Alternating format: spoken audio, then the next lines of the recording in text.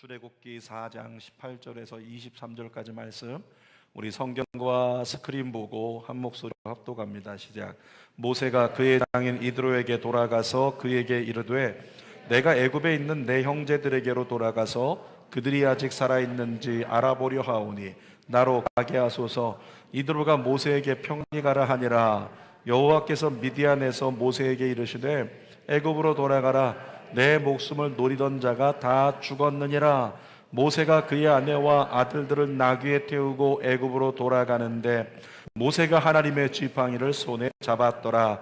여호와께서 모세에게 이르시되 내가 애굽으로 돌아가거든 내가 내 손에 준 이적을 바로 앞에서 다 행하라.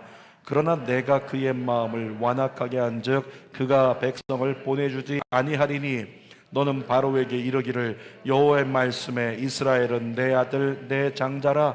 내가 내게 이르기를 내 아들을 보내주어 나를 섬기게 하라 하여도 내가 보내주기를 거절하니 내가 내 아들 내 장자를 죽이리라 하셨다 하라 하시니라. 계속되는 모세의 이야기 초반부기 때문에 연이어서 같이 나눕니다. 오늘은 출애굽기 4장 18절에서 23절 말씀을 가지고요, 하나님의 언약을 굳게 믿으라. 제목 같이 읽을까요? 하나님의 언약을 굳게 믿으라. 이런 제목으로 말씀을 나눕니다. 여러분, 북한 사역하는 선교단체들이 가장 중요하게 여기는 사역이 있는데 북한에 성경 보내기 운동하는 거예요. 모퉁이돌 선교회라고 하는 곳이 있는데요, 이 선교회는 오래전부터 신약 성경을 북한말로 만들어서 신약 성경을 계속 사람들을 통해서 조심스럽게 북한으로 배달을 했습니다. 그래서 모퉁이돌 선교회를 통해서 받은 성경들을 많은 사람이 가지고 예수 그리스도를 영접하게 됐다는 거죠. 몇 년 전부터는 북한의 언어로 번역됐을 뿐만 아니라 한쪽에는 북한의 언어, 한쪽에는 우리나라 성경, 이렇게 대조된 성경을 제작을 해서 모퉁이돌 선교회가 그렇게 배급하면서 전달하고 있다는 거죠. 그 이유가 뭐냐면 통일의 때를 준비하자. 통일의 때 똑같은 하나님의 마음을 깨닫는데 그들과 우리의 표현의 차이가 있는데 어떻게 차이가 있는지 잘 알고 그들과 연합할 수 있도록 하자. 그 성경을 준비해서 또 북한에 보내고 있다는 거죠. 다른 단체를 보니까 순교자의 소리라는 단체가 있는데요, 이 단체는 후원금을 받아서 성경책을 대형 풍선에다 넣어가지고 그리고 헬륨가스를 넣어서 북한으로 기류를 따라서 띄어서 보냅니다. 그러면 이 성경이 날아가다가 어느 지점에서 헬륨가스가 빠지면서 그리고 성경이 그 땅에 쏟아지면 사람들이 그 성경을 가지고 들어가서 예수 그리스도를 믿는 거죠. 자, 국가가 반대하고 있어요. 그리고 많은 사람들이 경계하고 있고 북한에서는 어떻게든지 막으려고 하는 게 성경 못 들어오게, 성경 소지하지 못하게. 이유가 뭘까요? 성경 말씀은 하나님의 살아계신 말씀이기 때문에 그렇습니다. 살아있는 말씀이기 때문에 성경 말씀은 지금도 사람들의 심령 안에 들어가서 그 성경을 그냥 문자인데도 불구하고 읽기만 해도 그 가운데 사람을 변화시키는 위대한 역사가 일어난다는 거죠. 성경 히브리서 4장 12절이 증거입니다. 읽어봅시다. 시작. 하나님의 말씀은 활력이 있어 좌우의 날선 어떤 검보다도 예리하여 혼과 영과 및 관절과 골수를 찔러 쪼개기까지도 하며 또 마음과 뜻과 생각과 뜻을 판단하나니. 자, 하나님 말씀 뭐라고요? 살아있대요. 한마디로 말하면 살아있는 말씀을 대하는 사람들마다 그 사람들이 살아나리라. 아멘. 그 역사가 성경 말씀을 읽으면 일어난다는 거죠. 여러분, 성경이 가지고 있는 가장 큰 가치가 있다면 그것은 바로 이 성경 말씀은 살아계신 하나님이 직접 하신 약속이라는 거예요. 구약이 뭐예요? 옛 약속이에요. 옛 언약. 신약이 뭡니까? 새로운 약속, 새로운 언약이에요. 그러니까 하나님의 약속을 담고 있는 책이기 때문에, 말씀이기 때문에 그것이 가장 큰 가치라는 겁니다. 인간은요, 내가 감당할 수 있고 없고의 고정관념에 한계에 갇혀 있기 때문에 늘 불안해하고 두려워합니다. 지금 요즘에 뉴스 때문에 굉장히 불안하잖아요. 아이들 내놓기도 불안하고 또 서울 시내로 나간다라고 하면 그것 때문에 불안한 마음을 우리가 감출 길이 없다라고 하는 거죠. 그러니까 불안해서 나의 안전을 내가 보장하지 못할 것 같다, 이렇게 생각하는 사람들을 통해서요, 요즘에 많은 구매가 일어나고 있는데 호신용 스프레이, 호신용 스프레이가 5배 이상 판매가 늘었답니다. 뿐만 아니라 10대들과 20대 초반의 아이들 중에서는 벌써부터 뭘 입고 있을까요? 여러분 옆에 있는 분들 동성이면 등 한번 쓰다듬어 줘 보세요. 등 한번 쓰다듬어 줘 보세요. 등을 쓰다듬는데 뭔가가 딱딱하게 느껴져요. 뭘까요? 방탄조끼 입고 있다는 거예요. 얼마나 지금 두려운 세대를 살아가면 방탄조끼를 이 안에다가 입고 거기에 티셔츠 하나 입고 이렇게 아이들이 서울을 활보하고 돌아다니는 시대가 됐다는 거죠. 왜? 안전을 내가 보장할 수 없다, 안전을 내가 감당할 수 없다라는 생각이 드니까 불안하고 두려워한 겁니다. 지난 한 주간 동안 뉴스 때문에 얼마나 그런 생각이 들던가요? 저도 어제 혼자 어떤 길을 잠깐 지나가는데 저도 모르게 가다가 말고 자꾸 두리번 둘러봤어요. 자꾸 둘러봤어요. 그저께 금요 성령 집회 끝나고 집에 들어갔습니다. 저희 딸이 아이스크림 먹고 싶다 그래서 편의점을 혼자 갔습니다. 12시 반에 12시 반에 편의점 가면서 계속 제가 사람들을 주시했습니다. 혹시 그 사람 손에 뭐 있지 않나? 인간 안에 그런 두려움이 있다는 거죠. 우리 불안한 한 주를 보냈어요. 어제 토요일이었습니다. 그저께 불타는 금요일이죠. 근데 강남에 사람이 별로 없었대요. 강남이 너무 한산했다는 거죠. 차가 밀리지 않았다는 겁니다. 왜? 두려움 때문에. 여러분, 하나님의 일을 감당하는 것도요, 두려움이 가장 큰 문제예요. 모세가 하나님께 부름받아 쓰임받을 때도 두려움이 가장 큰 문제라는 거죠. 그런데 인간이 두려워해서 한계에 갇히는 그것을 하나님이 돌파하게 만드시는데 무엇을 통해 하시는가? 하나님의 언약의 약속, 약속의 말씀, 그것이 있으면 인간의 한계를요 뛰어넘어서 나아가게 된다는 거예요. 그러니까 오늘 이 자리에 있는 저와 여러분들에게 가장 중요한 게 뭐냐면 주님이 나에게 주시는 약속의 말씀, 여러분이 붙들리게 되길 축복합니다. 오늘 모세에게 주시는 3가지 약속의 말씀이 있는데 우리 함께 같이 붙들기를 원해요. 모세가요 그랬습니다. 두려웠어요. 민족을 애굽의 노예됨으로부터 해방시키라고 노년에 부름받았지만 쉽지 않았습니다. 나이가 많았기 때문에. 또 말에 어눌한 자인데 말로 바로에게 맞서 싸우라고 명령하시니까 쉽지 않았다는 거죠. 그런데 하나님의 언약의 말씀을 붙드니까 모세가 그 어렵고 안 될 것 같고 두려운 길을 발을 내딛어서 나아가더라는 거죠. 오늘 그 3가지 언약을 한번 살펴보겠습니다. 첫 번째로 주님 말씀하십니다. 내가 너와 함께하리라. 같이 내가 너와 함께하리라. 한 번 더 내가 너와 함께하리라. 자, 출애굽기 3장 10절 읽어보겠습니다. 시작. 이제 내가 너를 바로에게 보내어 너에게 내 백성 이스라엘 자손을 애굽에서 인도하여 내게 하리라. 야 모세, 네가 내 백성을 인도할 거야. 모세가 뭐라고 했는지 여러분 기억하시죠? 지난주 말씀, 지지난주 말씀 연이어서 나왔어요. 다시 확인해 볼게요. 출애굽기 3장 11절 시작. 모세가 하나님께 아뢰되 내가 누구이기에 바로에게 가며 이스라엘 자손을 애굽에서 인도하여 내리까. 그리고 뒤에 가로 열고 이렇게 붙었어요. 저 나이가 너무 많아요. 저 나이가 80세가 됐습니다. 저 못합니다. 여러분, 이스라엘 민족을 출애굽으로 이끌기에는 모세는 실제적으로 나이가 많았어요. 근데 하나님께서 그 나이 많음을 극복할 수 있도록 모세에게 언약을 주십니다. 출애굽기 3장 12절 상반절 읽어볼게요. 시작. 하나님이 이르시되 반드시 내가 너와 함께 있으리라. 다시 한번. 내가 반드시 너와 함께 있으리라. 모세에게 말씀하셨어요. 하나님이. 그냥 내가 너와 함께 있을게 이 정도가 아니고 반드시 함께 있을게. 여러분, 모세의 편견이 있는데 하나님이 이렇게까지 말씀하셨어도 마음 가운데 걸림이 돼요. 왜? 모세는 누구였기 때문에? 살인자였어요.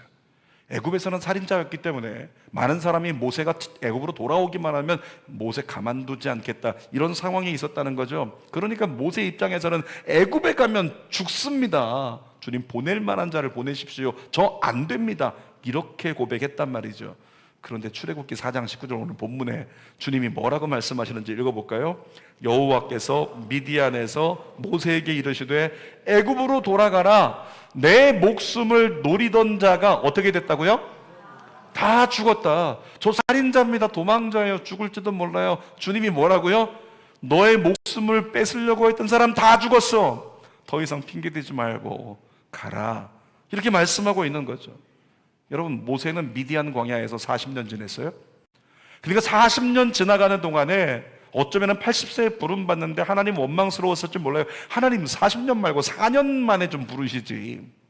44살 정도면 충분히 주의 일 감당할 수 있을 텐데, 이런 마음이 있을 수 있잖아요. 근데 80세가 될 때까지 40년 동안 하나님이 기다리셨단 말이죠. 야, 40년 너무 허송세월한 거 아닌가 이렇게 생각할 수 있단 말이죠. 그런데 하나님이 어떻게 역사하셨습니까? 그 40년을 모세가 기다리는 동안 모세의 삶에 주어질 수 있는 모든 위협을 다 제거하셨어요. 그리고 40년이라는 시간을 통해 모세를 보호하신 하나님, 그 하나님을 발견하게 된다는 거예요. 지난주에도 얘기했나요? 헬라어로 주님의 시간이 뭐라고요? 하나님의 주관적 시간 카이로스라고요. 카이로스는 하나님의 주관적 시간입니다. 인간의 입장에서 보면 카이로스는 뭐냐면 하나님의 뜻이 이루어지는 시간, 이게 카이로스예요. 하나님은 어떤 일을 벌이셨냐면 자기 힘으로 자기 민족을 이끌겠다라고 하는 40세 모세의 혈기, 그 혈기가 다 죽어 없어질 때까지 40년 기다리신 거예요. 모세가 내 힘으로가 아니라 하나님만으로 할 수밖에 없는 그때가 될 때까지 40년을 기다리셨다고요. 뿐만 아니라 모세를 죽이려고 했던 사람들이 다 죽어서 위협이 사라질 때까지 하나님께서 기다리게 하셨던 거예요. 결국에는 모세가 기다렸던 40년이라는 기다림의 시간은 하나님의 은혜의 시간이었다는 것을 깨닫습니다. 따라하겠습니다. 하나님의 기다리심은 나에겐 은혜다. 아멘입니까? 하나님의 기다리심은 나에겐 은혜예요. 제가 가장 많이 기다림의 시간을 가졌던 때가 있는데, 제가 여의도 순복음교회에서 파트타임으로서 2년간 사역을 했고요. 그리고 나서 이제 정식 신규 전도사를 정식으로 뽑는 그때 제가 응시를 해가지고 그래도 그때 많은 사람을 뽑지 않느라 경쟁률이 컸어요. 300명 중에서 30명 뽑았어요. 감사하게도 제가 뽑혔습니다. 통과했어요. 좀 약간 반응을 좀 보여줘도 괜찮은데 표정이 영 거시기 하네요. 근데 제가 들어올 때 면접을 마지막 보는데 면접관이었던 부목사님이 이렇게 하십니다. 면접 보려고 5명이 앉아있는데 4명에게는 질문을 안 물어봐요. 근데 저에게만 자꾸 질문하시는 거예요. 그러면서 자네 우리 교회 보배. 왜 그렇게 얘기하시냐면 제가 메인은 아니었지만 찬양 인도를 하고 있었거든요. 그러니까 우리 찬양 인도하면서 예배를 더 뜨겁게 만드는 우리 교회 보배라고 저에게만 뭐 질문하고 저에게만 결혼했냐 뭐부터 시작해서 다 물어보고 그렇게 하시는 거예요. 나중에 면접 끝나고 나왔습니다. 사람들이 너는 무조건 합격이다. 그래서 합격했어요. 나중에 이제 발령이 나야 됩니다. 사람들이 얘기합니다. 동기들과 함께 5일 동안 기도원 가서 금식하는데 모두가 얘기하는 거죠. 네가 제일 먼저 발령 날 것 같아. 강전도사가 발령 제일 먼저 날 것 같아. 아니 부목사님이 세상에 보배를 하면서 제일 먼저 발령 나겠지. 여러분, 그런데 제가 발령이 먼저 받은 게 아니라 진짜 먼저 발령 받은 친구는 누구냐면 장로님의 아들이 먼저 되더라고요. 제가 그때 한탄했습니다. 우리 아버지가 왜 장로님이 안 돼가지고 먼저 발령이 안 났을까. 근데 저는 3개월을 기다렸어요. 발령 날 줄 알았어요? 안 났어요. 6개월 기다렸습니다. 발령 안 났어요. 9개월 기다렸습니다. 발령 안 났습니다. 그 당시에 들려오는 소리가 12개월이 지나가면 합격이 취소가 된다, 이런 얘기도 있었어요. 10개월이 지났습니다. 발령 안 났습니다. 11개월째 돼서 끝에서 3번째로 발령이 났어요. 제가 지금도 기억하기에 제 삶 가운데서 그렇게 기다림의 마음 조바심 갖고 어쩔 줄 몰라 하던 그때가 없었던 것 같아요. 정말 11개월 만에 발령이 나가지고 야 어떻게 이럴 수 있냐 원망을 했습니다. 왜냐하면 11개월 뒤에 제가 발령이 났는데 제 다음 1년 뒤에 여의도 순복음교회 신규교육자로 들어온 사람들은 누구예요? 1년 터울의 기수가 다르잖아요. 근데 그 신규 교육자들 중에서는 들어온 지 한 달 만에 발령 난 사람들이 있단 말이죠. 그 사람들하고 저하고 목사 동기가 돼버렸어요. 후배들하고 돼버리니 얼마나 마음이 안 좋습니까? 씩씩거리고 있는데 결국에는 돌아보니 그렇게 하나님이 기다리게 하신 그 시간이 저에게는 은혜였더라고요. 그 시간이 없었다면 저는 교만했을 것 같아요. 그 시간이 없었다면 어쩌면 오늘의 주는 교회는 없었을 것 같아요. 우리 일부 예배 참석하신 집사님들이지만은 그때 제가 11개월 만에 발령 나가지고 간 곳이 순복음 강북교회라는 곳인데요. 거기 가서 청년들을 만났는데 청년들이 너무 열심인 거예요. 그때 회장이었던 친구가 누구냐면 지금 주는교회에서 열심히 봉사하고 있는 한기선 집사님. 그때 회장이었어요. 근데 함께 만나가지고 사역하면서 200명이었던 청년이 제가 4년 동안 있으면서 450명으로 늘었어요. 여러분들은 엄청난 대형교회 와서 별로 크게 느껴지지도 않나 봐요. 변방에 있는 여의도 순복음 계열교회인데 여의도 순복음 계열교회 중에서 두 번째로 청년들이 많았거든요. 그래서 그때부터 저는 청년 전문가로 알려지게 됐고 그 가운데 정말 많은 사랑을 받았고 정말 많은 은혜를 입었었어요. 지금도 가장 목회하면서 가장 뜨거웠고 가장 행복했고 가장 많은 열매가 있었을 때는 그때였던 것 같아요. 제가 그들을 어떻게 만날 수 있었을까요? 11개월 기다렸기 때문에. 사랑하는 여러분, 하나님의 기다림은 저와 여러분들에게는 은혜인 줄 믿습니다. 근데 여러분들 중에도 빨리 응답됐으면 좋겠는데 응답이 안 돼가지고 답답하게 지금 기다리고 있는 그와 같은 사람들 있잖아요. 하나님이 지금 계속 기다리고만 계신 것 같은 그런 분들 계시면 제 이야기, 이 말씀 생각하면서 이 찬양을 계속 불러보세요. 우리 과거에 부르던 찬양인데요, 주님의 시간이라는 찬양인데 우리 주님의 카이로스 시간 생각하면서 함께 불러보겠습니다. 주님의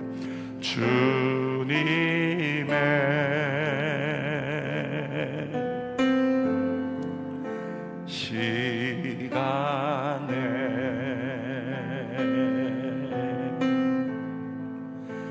그의 뜻 이루어지기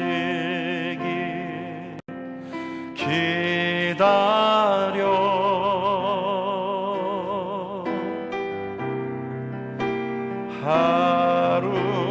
하루 살 동안 주님 인도하시리 주 뜻 이룰 때까지 기다려. 두 손은 가슴에 대고 우리 기다려 2절 생각하면서 기다려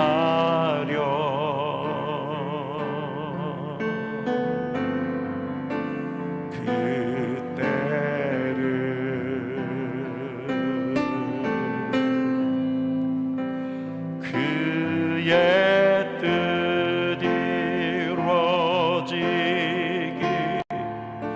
기다려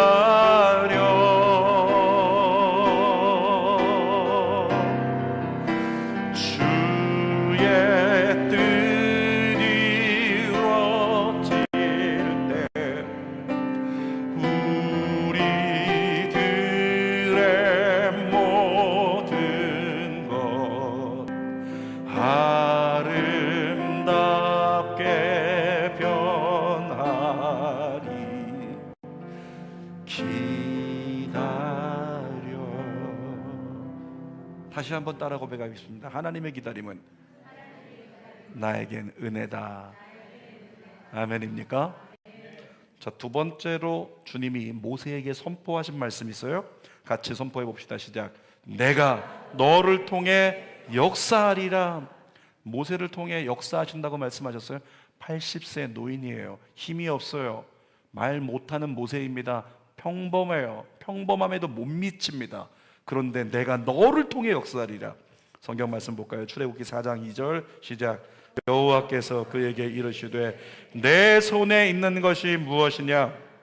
그가 이르되 지팡이니이다. 여러분 지난주에도 나눴지만 이 지팡이 목자라면 누구나 가지고 있는 거예요. 아주 지극히 평범한 것, 이것밖에 없는 것, 능력 없는 것, 특별하지 않은 것. 근데 주님 뭐라고 말씀하셨다고요? 출애굽기 4장 17절에 시작. 너는 이 지팡이를 손에 잡고 이것으로 이적을 행할지니라.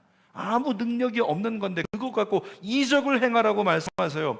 여러분 하나님 말씀하시고 나서 그 지팡이에 무슨 신비한 능력이 생겼습니까? 어벤져스의 토르 망치처럼 엄청난 힘이 생겼나요? 겉으로 보기에 아무 변화가 없었어요. 그런데 성경을 읽어보면 그 지팡이에 놀라운 변화가 생기긴 생겼어요. 자, 출애굽기 4장 20절이요. 시작.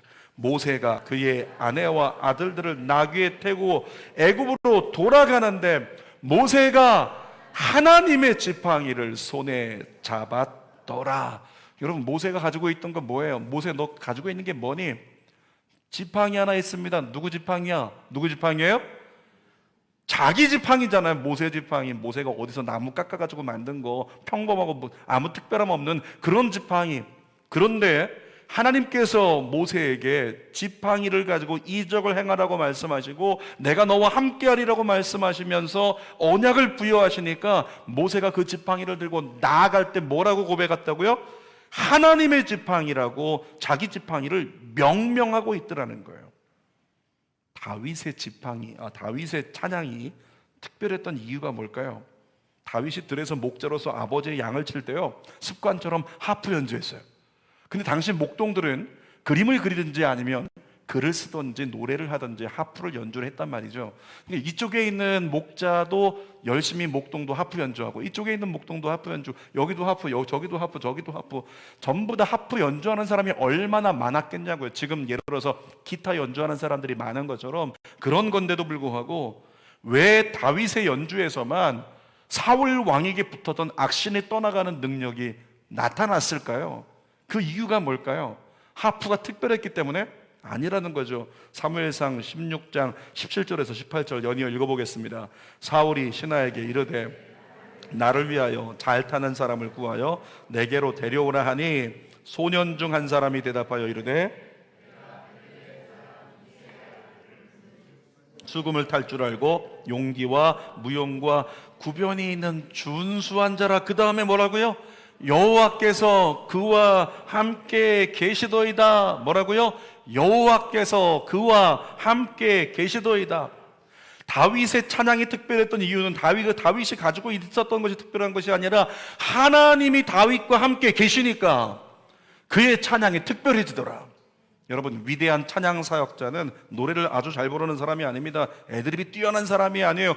회중을 압도할 만한 어떤 스킬이 있는 사람이 아닙니다. 위대한 찬양 사역자는 누구냐면 하나님 앞에 겸손히 주님을 의지하고 그 신앙의 중심을 보시고 하나님이 함께 계신다면 그의 찬양은 위대한 찬양이요, 그는 위대한 찬양 사역자가 되는 겁니다. 그래서 찬양 사역자는 자꾸만 힘을 빼야 돼요. 그리고 하나님 앞에 자주 머물러야 합니다. 하나님이 나와 함께 계시도록. 그럼 나와 하나님이 함께 계시면 나가서 그냥 별 볼 일 없는 말씀을 전하거나 그냥 찬양 한 곡 부르는데도 하나님의 임재가 그 가운데 나타나는 거예요. 우리 주는교회 안에서 그런 일이 일어나기를 원합니다. 저와 여러분들은요, 이 자리에 있는 분들 제가 다 둘러봐도요 지극히 평범하게 생겼어요. 뭐 너무 예쁘고 너무 잘생긴 분이 주는교회에 별로 없는 거 아시죠? 아시죠? 왜 인정 안 해요? 아시죠? 너무 이쁘다, 너무 잘생겼다, 별로 없어요. 고만고만해요. 그래서 아주 편안합니다. 우린 지극히 평범한 사람들이라. 그런데 여러분, 여러분의 그 평범함에 하나님이 함께 계시면 역사를 바꿀 수 있는 도구로 여러분이 쓰임받을 수 있을 줄 믿습니다. 하나님이 지극히 평범한 저에게, 지극히 평범한 여러분들에게 오늘 말씀하시는 거죠. 내가 너를 통해 역사하리라. 그렇게 말씀하시는 하나님 앞에 여러분의 중심을 내어드릴 수 있기를 바랍니다. 자, 세 번째로도 다윗에게, 모세에게 선포하시는 하나님의 선포를 볼게요. 내 능력을 내게 주리라. 하나님 말씀하시는 거예요. 하나님의 능력을 주시겠대요. 자, 성경 21절 본문 읽어봅시다. 여호와께서 모세에게 이르시되 내가 애굽으로 돌아가거든 내가 내 손에 준 이적을 바로 앞에서 다 행하라.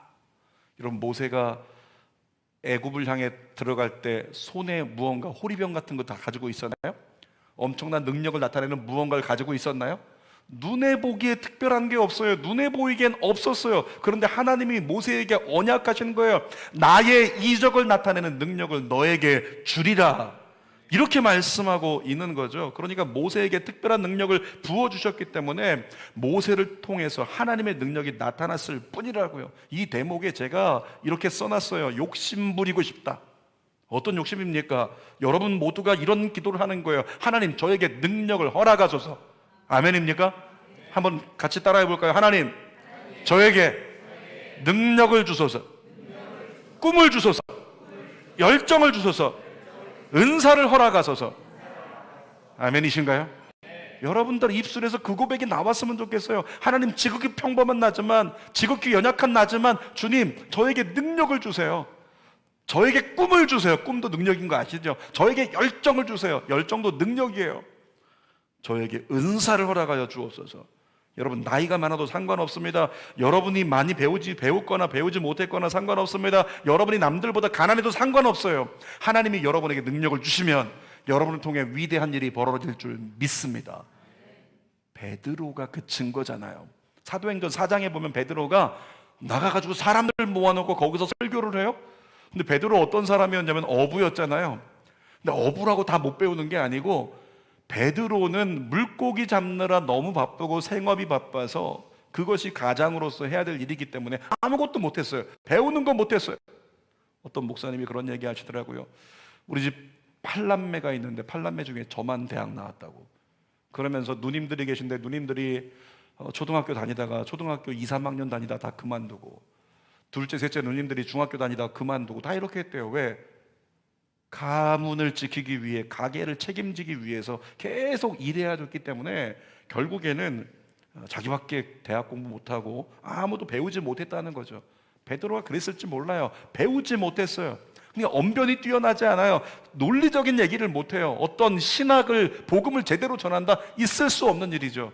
그런데 어떻게 했을까요? 베드로가 복음을 전하는데 그 자리에 있던 사람들이, 자, 예수 믿기로 결단하는 사람, 내 말이 설득된 사람 손 들고 일어나라.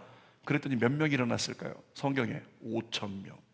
그 자리에서 5,000명이 다 일어나가지고 베드로의 설교 듣고 거기에 도전받고 거기에 회심해가지고 예수 그리스도를 영접하겠다고 일어나는 역사가 일어났다는 거죠. 어떻게 됐기 때문입니까?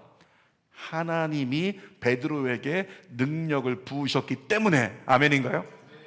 언제 그 능력이 임했어요? 오순절 마가다락방에서 기도할 때 하늘로부터 급하고 강한 바람 같은 소리가 있으면서 불의 혀같이 갈라지는 성령이 그들에게 임하는데, 베드로에게 성령이 임하니까 어떻게 됐어요? 베드로가 가질 수 없는 능력이 그에게 임했다고요. 사도행전 1장 8절 읽어볼게요. 시작. 오직 성령이 너희에게 임하시면 너희가 권능을 받고 예루살렘과 온 유대와 사마리아와 땅끝까지 이르러 내 증인이 되리라 하시니라. 오직 성령이 임하시면 무엇을 받는다고요? 권능을 받고, 그 권능이 여러분들에게도 임하게 되기를 축복합니다. 여러분의 열심도 중요합니다.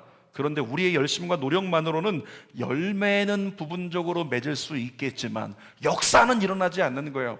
하나님의 놀라운 위대한 역사를 우리가 일으키기를 원한다면 우리에게 하나님의 권능이 필요하다는 겁니다. 저는 기도합니다. 우리 성도들에게 그 권능이 임하기를 축복합니다. 지난 금요 성령 집회 때도 보니까 열심히 우리 성도들이 기도하며 매달려 하나님께 간구하는데 간구하는이 뜨거웠어요. 뜨거움의 간구가 있는 자리에서 몇 사람이 또 방언받아서 새 방언으로 기도하기 시작하더라고요. 여러분, 수련회 가운데 그런 역사가 일어날 거예요. 기대와 소망을 가지고 나아가십시오. 정말로 여러분들에게 하나님의 성령의 권능이 임하여 여러분들을 통해서 작은 열매를 조금 맺는 정도가 아니라 시대를 바꿔놓을 수 있는 역사가 일어나기를 원합니다. 비전센터 건축하는 것도 중요합니다. 그런데 이것보다 더 크게 하나님의 꿈을 이뤄가는 게 우리에겐 가장 중요한 거예요. 주님은 저에게 이 교회를 세울 때 보게 하셨습니다. 이 땅에 크리스천들이 연합해서 구름대같이 일어나가지고 함께 이 도시를 덮는 걸 보게 하셨어요. 그러니까 기도하지 않을 수 없었어요. 교회 연합운동을 펼치지 않을 수가 없었습니다. 모든 교회를 위해 기도하지 않을 수 없었다는 거죠. 그러다가 우연찮게 지난 부활절날 제가 김포 CCM 대회의 진행 상황을 핸들링하게 됐어요. 근데 보니까 이쪽 교회에서, A교회에서 어떤 분이 전화 와가지고 저하고 전화로 면접을 합니다. 권사님이 면접을 해요. 장로님이 면접을 해요. 집사님이 면접을 합니다. 그렇게 21개 팀이 면접을 받았어요. 제가 대화를 나눌 때마다 이번에 이런 인연으로 말미암아서 이걸로 끝내지 말고 앞으로 김포 땅 가운데 기독교 문화 운동이 일어날 거다. 기독교 연합 운동이 일어날 거다. 그때 반드시 함께 하시자고. 그분들이 전부 다 대답합니다. 아멘. 목사님 함께 하겠습니다. 아멘. 누가요? 목사님들이 대답한 게 아니고 성도들이 권사님들, 집사님들, 또 장로님, 또 우리 청년들까지 포함해가지고 그들이 함께 하겠다는 믿음의 고백을 쏟아내더라고요. 여러분, 제가 교회 연합운동에 앞장서면서 가장 큰 저항을 경험을 했는데, 아이러니하게도 그 저항이 어디서 오는가? 담임 목사님들을 통해서 저항이 오더라고요. 담임 목사님들의 생각이 너무 확고하고 자기 확신이 너무 뚜렷하다 보니까 그것이 교회가 연합되고 이 김포 땅에 기독교 운동이 일어나는데 저항 요소가 될 줄은 몰랐다는 거죠. 그래서 지금은 다른 기도하고 있습니다. 하나님, 이 땅에 우리 크리스천 성도들이 연합하여 일어나는 기독교 무브먼트가 일어나게 하옵소서. 기독교 운동이 일어나게 하옵소서. 여러분 생각해 보세요. 만일 교회를 초월한 기독교 운동이 이 땅에서 일어나서 이 땅에 있는 크리스천들이 연합해서 무언가를 갑자기 교회와 상관없이 초교파적으로 이루어가기 시작한다면 저는 그때 이런 일이 벌어질 거라고 믿어요. 교회들이 시키지 않아도 연합하게 될 거라고. 그 일이 일어날 줄 믿습니다. 하나님께서 그와 같은 일을 이루라고 저는 주는 교회를 세우셨다고 믿고 여러분들을 이 자리에 부르셨다고 믿습니다. 그리고 주는 교회 비전센터 새 성전을 허락하시는 그 일이 바로 그 일을 감당하라고 주신 주님의 능력인 줄 믿습니다. 그 능력으로 주의 일을 감당하여 우리 시대에 정말 대한민국에서 유례없는 놀라운 부흥과 다음 세대를 향한 하나님의 위대한 일들을 이루어낼 수 있기를 주님의 이름으로 축원합니다. 설교 결론입니다. 제목이 뭐였어요? 하나님의 언약을 굳게 믿으라. 모세에게 주신 언약 기억하십시오. 모세와 함께 하셨던 하나님이 여러분과 함께 계시기를 원합니다. 가장 평범한 모세의 조건을 통해 역사하셨던 하나님이 여러분을 통해서도 역사하시기를 원합니다. 모세에게 권능을 주신 하나님이 여러분에게도 성령으로 능력 주시기를 원합니다. 그 언약 믿고 새날을 향해서 예수 이름 붙들고 달려가는 믿음의 종들 되기를 주님의 이름으로 축원합니다. 기도하겠습니다. 거룩한 아버지 하나님, 사랑하는 믿음의 종들이 하나님의 말씀을 통하여 주님이 언약하시는 말씀을 듣습니다. 내가 너와 함께 하리라. 내가 너를 통해 역사하리라. 내 능력을 너에게 주리라. 아버지, 우리에게도 동일하게 말씀하여 주옵소서. 동일하게 선포하여 주옵소서. 동일하게 역사하여 주시옵소서. 그리하여 나만 잠시 은혜 받고 나만 잠시 주님 찾고 나만 잠깐 교회 다니다가 말아버리는 인생이 아니라 시대를 바꿔놓을 수 있는 기독교 역사를 대한민국에서 새롭게 써나갈 수 있는 통일한국 시대를 준비할 수 있는 믿음의 종들 될 수 있도록 은혜 베풀어 주시옵소서. 주께서 우리 모두에게 그렇게 역사하시기를 소망하며 예수님의 이름으로 기도하옵나이다. 아멘. 우리 오른손 한 손 들어볼까요? 그리고 이 찬양 후렴만 부르겠습니다. 그날엔 주의 영이 임하여 큰 부흥이 땅 위에 일어나고 모든 영혼이 깨어 일어나 주 예수를 부르는 구원이 일어나게 하소서. 손든 이유는 이것입니다. 나를 써주소서. 나를 사용하소서. 내게 역사하소서. 우리 그 마음 가지고 후렴 부릅니다. 그날엔 주의 영이 임하여 땅